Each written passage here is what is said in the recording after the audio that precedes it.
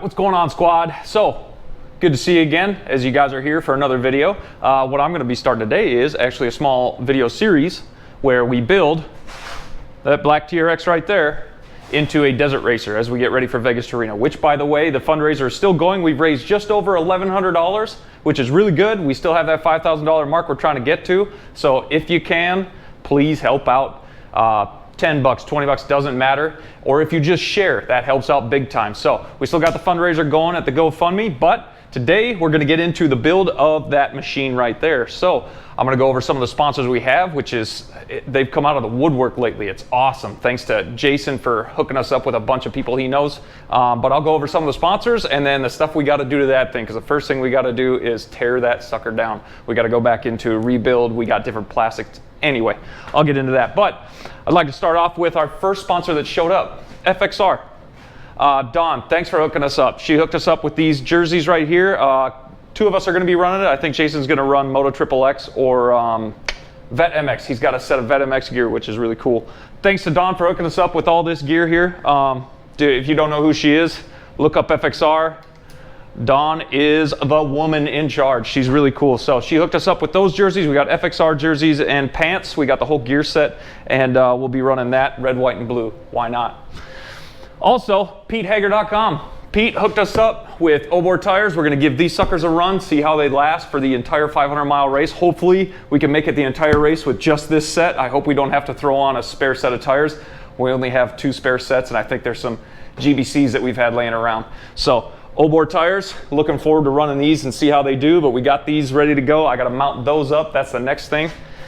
Also, I don't have some of their stuff here, but Blood Lubricants. Jeff at Blood Lubricants sent us all kinds of stuff. We've got Scorpion Blood. We're going to run that in that machine. I think it's 15W50. We're going to run their oil in that machine.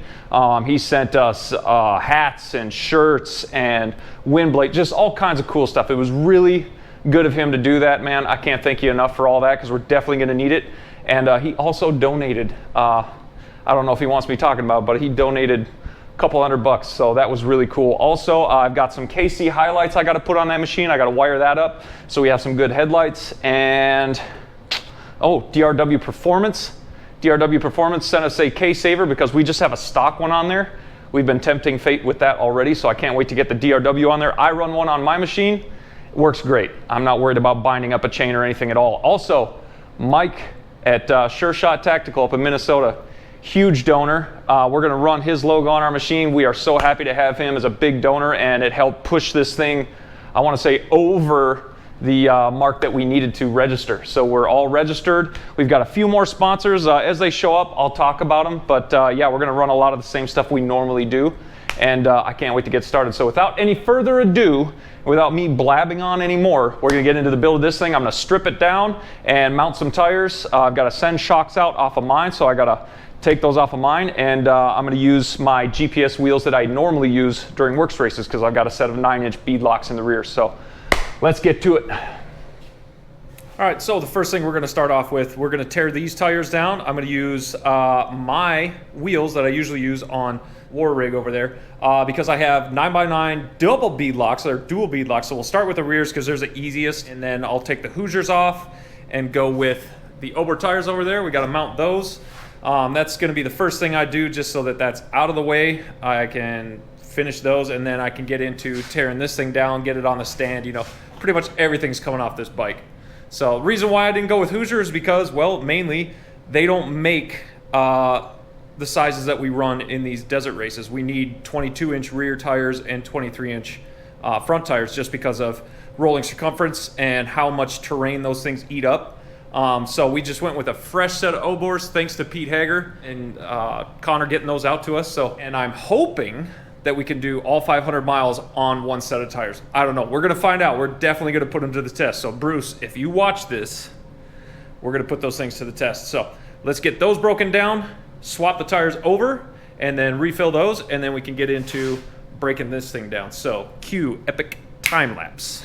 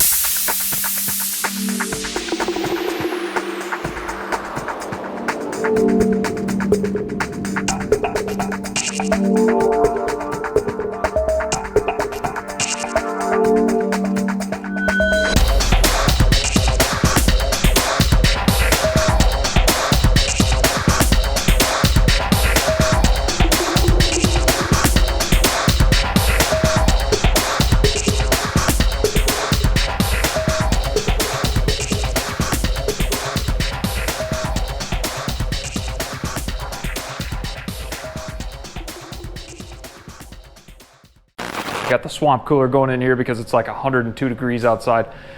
It's like 8 o'clock at night and it's still freaking hot. But as you saw me putting air in there, we're gonna run these things. We don't have tire blocks. We just don't have the money for tire blocks. That's like 480 bucks we're not gonna spend. So we're gonna run higher tire pressures.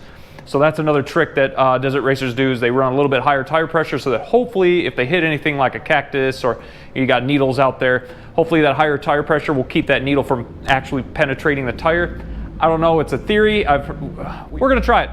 But that should also lighten up the tire by just running higher tire pressure rather than throwing tire blocks in there. So at least we'll run a lighter tire, but we're running about 7.5. I'm gonna put 8 pounds in there. We're gonna see how that does after I get done putting the engine and everything back together, because I still gotta do a top end and a new clutch basket and everything in there, and then change all the fluids. Once I give it a test run, we'll see how that air does. Basically, these are just monster truck tires, man. So hopefully we just eat up everything with these things, but gonna keep moving on. Then I gotta take the shocks off the war rig here, get those sent to Roll Design, get them rebuilt, fresh oil, fresh seals. Moving right along.